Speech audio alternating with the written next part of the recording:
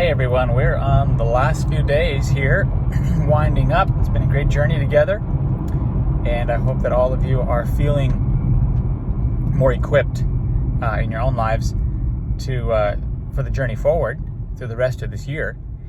So today I want to talk a little bit about scheduling, and maybe we should have talked about this at the beginning, but I thought I'd tuck it in here at the end because, we'll need it going forward. So when it comes to making a daily schedule and a weekly schedule, here's a couple tips that can help you. The mistake that some of us make is we try to schedule too much.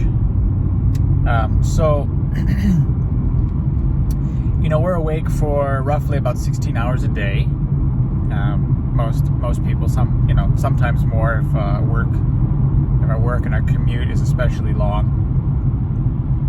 But hopefully it's about 16 hours a day, and so we should be able to get in. We should be able to get in about 7 or 8 hours of rest. You got a little bit of unwind time in there, hence the 7 to 8, and so that gives us about 16 hours that are awake. Now that's quite a lot of time, 16 hours, and it's amazing how fast 16 hours goes by. So you figure you have to spend, your average person is going to spend about 8 hours working, right? And if you've got about 8 hours work, then you've got some commute time. So let's say, work fills somewhere between 8 to 10 hours of your day, roughly. And then you have, you need time to eat, you need time for other things. So you got about 6 hours that you can use for all those other necessities of life, which also includes within that 6 hours, it might be 7 to 6 hours, 6 to 7 hours, is also, the time where you're going to have to put in your personal hobbies, other things you want to do. And then there's some health habits, such as drinking water, that you're going to have to incorporate throughout your day. So how do you schedule all that? Well, let's focus in on just the hours, the moments of free time that you have. You don't want to try to schedule a full of those 6 hours. And the reason you don't is because it's just not realistic.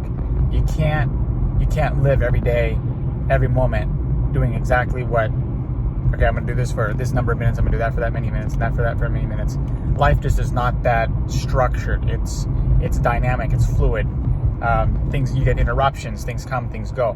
So you can only schedule up to about, let's say about 60% of that time, 60 to 70% of that time, because that 60, let's say that 60% that you've scheduled, it's generally going to take you about 80% of that time to accomplish it.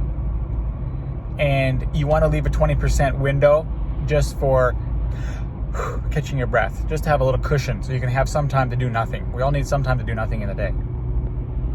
So that's sort of a principle that we can work with in life when we're scheduling things. Is like, okay, I can schedule up to about 60% of my day. And you can even, when you're scheduling a day, you can even include your work time in that and say, well, I know, out of the 16 hours that I'm awake, I'm going to have to be at work for this number of hours. For half of them, that's 50% right there. So, and then I got a certain amount of driving, and I can maybe tuck on, something else on the end. But you need to give yourself a little wiggle room. And so be realistic about what you can schedule outside of that. And what days are going to be busier than others. So as you're planning through your week, and it's important to take some time, if you really want to be intentional and get things in, it's important to take some time to schedule your week at the beginning and think through and be like, okay, you know what? I need, this week is going to be really busy. I got this, and this. So I'm going to be able to get my goals in here, there, and there. Or I can realistically do this much, exercise or whatever it is at this time or that time. So these, of course, I'm referring to goals where you need to take some time each day to invest in accomplishing a task. So those, you schedule and realistically, what do I think I can actually fit into my day? And then give yourself a little wiggle room on the outside just for unplanned daily activity and just time to just unplanned space. And so maybe you're trying to get through, reading some books. And so you look at your schedule and you think about, okay, by the time I get home at the end of the day, I need to do this and this and this. And I've got 20 or 30 minutes that I can spend some time reading and then I've got, maybe some blank time. I'm just not even going to schedule it. And as you get to the end of the day and you read, you got just 20 or 30 minutes and you're spending your time reading, and you're like, hey, you know what? I don't have anything else getting in my way. I've still got some extra time before I close off for the day. I get some extra time in. So then you get like your bonus. So anything that you have over is bonus. So you schedule what you think you can realistically do, and then if you have more time for it, then you get to reward yourself by giving yourself bonus time. Same with exercise. You might say, well, realistically, I can get about 30 minutes of exercise in. Okay, that's great. Do the 30 minutes. And then one day you're like, hey, I've got some extra time. I can do extra 15 minutes. I can do 45 minutes. Like, yes, bonus. I get more time. And so using that little trick will help make our lives more enjoyable and more fulfilling, because we don't feel like we're always running behind ourselves and always coming short. Like, I wanted to do this much, but I couldn't. I had to stop early. I don't have enough time. So just be intentional in your mind, saying, okay, this is what I am going to schedule, and this is what I can do, keeping in mind how to schedule about 60 to 70% of your waking time during the day, because that's naturally going to grow. It's just going to expand. It's going to take about 80 to 90% of your day.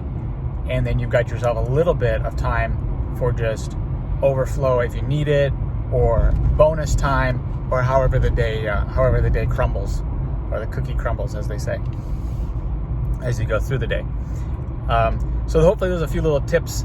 Now, when it comes to other goals that are not necessarily goals that you need to take time out to do them, maybe it's personal growth goals, attitude goals, etc.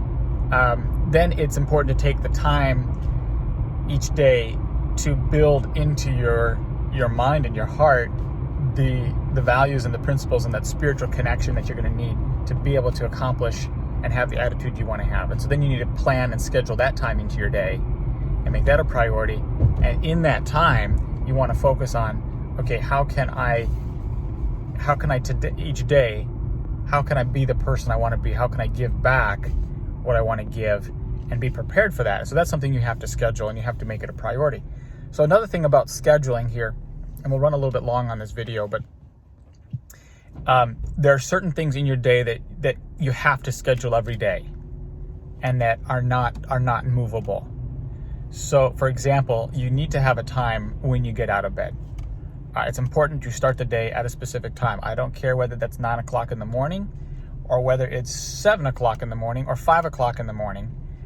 You need to do what works for your schedule, but whatever it is, in the mind, fix that and say, okay, I'm going to have a time when I start the day, because that prepares you. Like, I'm going to get up, I'm going to start the day. If you do one of these sputter starts, then you're going to sputter the whole day. So pick a time that you need to realistically get up and say, I start my day at this time. Also have a time when you end your day. If you have a rolling finish, you're going to have a sputtering start. And that's just how it goes. So no rolling finishes. You can coast to a stop, but have a point where you really stop.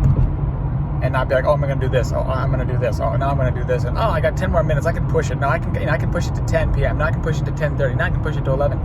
No, don't argue. Don't negotiate with yourself like that. Have a time where you stop. So having a fixed time to start, a fixed time to stop, important pegs in your day.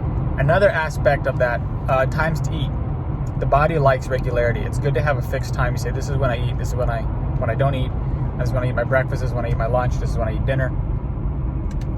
And fix those times. Be intentional about them as much as possible. Stick to those times, and that will help also to provide structure and pacing to your day. And then lastly, of course, personal hygiene and personal care, that's an important part. You got to schedule that in your day as well. Give yourself some time for that. And then the third thing is time for spiritual connection. Or fourth or fifth or wherever we are, I lost count. But those things, having times to start and stop, times for your eating, times for your personal care, and times for spiritual connection. If you get those things fixed, they're immovable. I always get those in. I may not get them in every day at the exact same time, but there's something more or less, most of the time they happen at the same time. And if I miss that time, then I'm gonna get it in another time, and have those things fixed. and then you can fill your other events around those, and that provides a lot of stability and structure to the day and for our coping and the overall sense of well-being. So those are some tips on scheduling. I hope you guys can apply those, and we'll see you in the next one.